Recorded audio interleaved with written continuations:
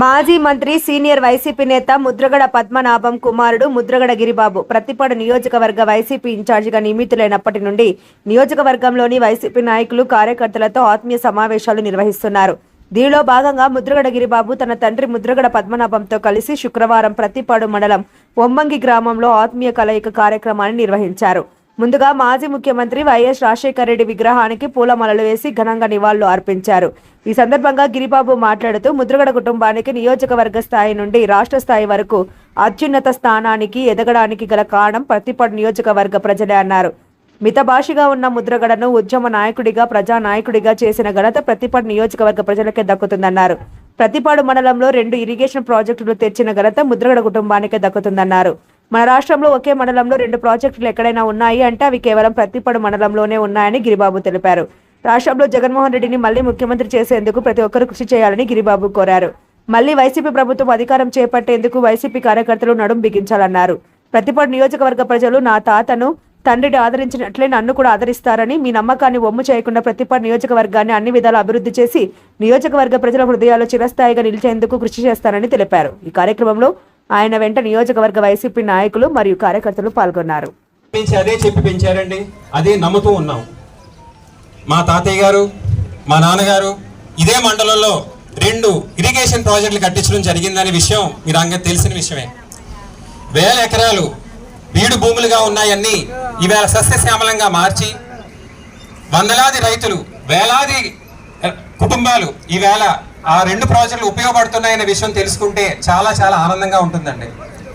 మీరందరూ గమనించవలసిన ఒక విషయం, మన రాష్ట్రంలోనే కాదు బహుశా దేశంలో కూడా 2 ప్రాజెక్టులు ఒకే మండలంలో ఉన్న విషయం ఏ మండలం కూడా ఉండదండి దేశవ్యాప్తంగాని. అది ఓన్లీ మన ప్రతిపాడు మండలానికే సాధ్యమని మరొకసారి గుర్తు చేసుకోవాలి.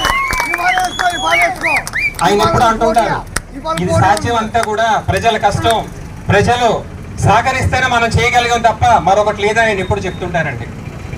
చాలా మంది ఎమ్మెల్యేలు అవుతారు, ఇంకా చాలా మంది మంత్రులు కూడా అవుతారండి. ఈవేళ జిల్లాలో కానీ రాష్ట్రంలో కానీ దేశంలో కానీ ముద్రగడ అంటే ఒక ప్రత్యేకత ఈ మండలం నుంచే పుట్టిందని మీ అందరికీ మరొకసారి గుర్తు చేస్తున్నాను. ఈ మండలంలో నా తండ్రి గారు తలపెట్టిన 2 ఉద్యమాలు, ఉత్తరకంచి ఉద్యమం, లంబకుల ఉద్యమం కూడా ఆయన్ని రాజకీయంగా వేరే మనిషిని చేసిందండి. అప్పటి వరకు సౌమ్యంగా ఉన్న ఆయన, మితభాషగా ఉన్న ఆయన పని ఆయనకి చూసుకునే మనిషిని ఒక గర్జించే రుద్ర సింహంగా మార్చిందండి పత్తిపాడు మండలం. ఆయనలో ఉన్న ధైర్యాన్ని 100 రెట్లు పెంచింది మీరు. ఆయనలో ఉన్న తెగింపుని 100 రెట్లు మార్చింది మీరు. ఒక రాజకీయ నాయకుడిగా ఉన్న ఆయన్ని ఉద్యమ నాయకుడిగా, ప్రజా నాయకుడిగా మార్చింది ఈ మండలం జనం అండి.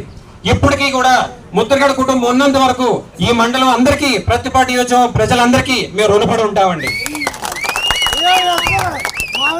3 మండలాల్లో ఎంతమంది పెద్దలు ఉన్నారు, అంతకంటే ఎక్కువ మంది మన ప్రతిపాడు మండలంలో పెద్దలు ఉన్నారండి. అందరికీ రాజకీయంగా అవగాహన, చైతన్యం పొందిన వాళ్ళందరూని. మన రాజకీయం చైతన్యం, అభివృద్ధి 10 మందిని కలుపుకుని వెళ్ళేలా ఉండాలి, కానీ మనకి దూరం తెచ్చేలా ఉండకూడదని మరొకసారి మీకు చిన్న సలహా అండి.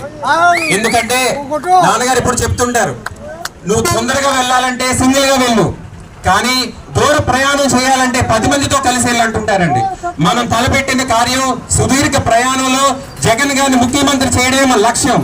ఈ ప్రయాణంలో ప్రతి ఒక్కరు మన కష్టాలను పక్కన పెట్టి, మన ఆశయాలు పక్కన పెట్టి జగన్ గారి గురించి మనందరూ కలిసి చేతిలో చేయి వేసుకుని అడుగులు అడిగేసి ప్రతి ఒక్కరు నడవాలని మరొకసారి మీ అందరికి గుర్తు చేస్తున్నానండి.